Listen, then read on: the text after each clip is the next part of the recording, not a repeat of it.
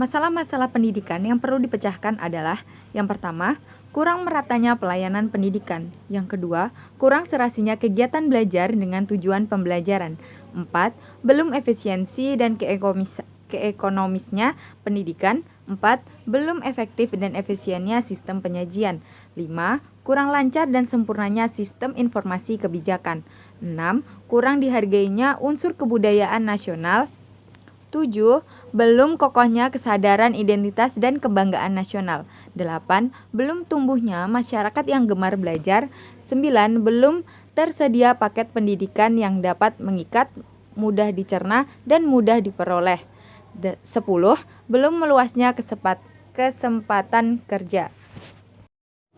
Masalah pendidikan dapat dikelompokkan ke dalam beberapa jenis. Yang pertama, masalah pemerataan pendidikan. Permasalahan pendidikan dapat terjadi karena kurangnya terorganisasinya antara pemerintah pusat dengan pemerintah daerah, bahkan hingga daerah terpencil. Hal ini menyebabkan terputusnya komunikasi antara pemerintah pusat dengan daerah, sehingga menyebabkan kontrol yang dilakukan pemerintah pusat dan daerah tidak menjangkau daerah-daerah terpencil. Hal ini akan menyebabkan mayoritas penduduk Indonesia yang dalam usia sekolah tidak dapat mengenyam pendidikan, sebagaimana yang diharapkan. Selain itu, permasalahan kesenjangan tenaga pendidikan ini merupakan pekerjaan yang harus diselesaikan supaya pemerataan ini terjadi dan terwujud. Solusi yang bisa dilakukan dalam masalah ini diantaranya: yang pertama, membangun gedung sekolah seperti SD Impres dan ruang belajar; dan yang kedua, membangun gedung sekolah untuk double shift atau sistem pergantian pagi dan sore. 2. Masalah mutu pendidikan. Upaya pencegahan masalah mutu pendidikan meliputi hal yang bersifat fisik dan lunak, personalia, dan manajemen sebagai berikut. Yang A. Lebih rasional terhadap masukan mentah, khususnya untuk SLTA dan PT. Yang kedua, pengembangan tenaga pendidikan melalui studi lanjut.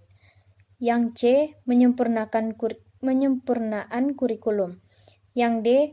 Pengembangan prasarana yang menciptakan lingkungan tentram untuk belajar. Yang E.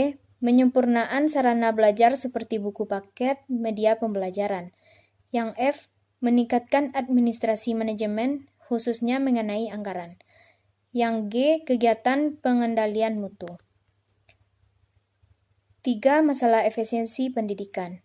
Beberapa masalah efisiensi pendidikan yang penting ialah: yang A. Bagaimana tenaga pendidikan dipergunakan. Yang B. Bagaimana sarana dan prasarana dipergunakan. Yang C. Bagaimana pendidikan diselenggarakan. Dan yang D. Masalah efisiensi dalam memfungsikan tenaga.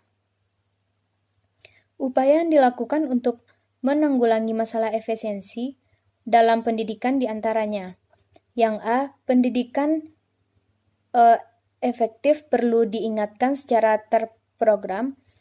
Yang B. Mendistribusian sarana pembelajaran harus dibarengi dengan kemampuan, sikap, dan keterampilan, serta harus dilandasi dengan konsep yang jelas. Yang C. Melakukan penyusunan yang tepat terhadap potensi siswa melalui keragaman jenis program studi.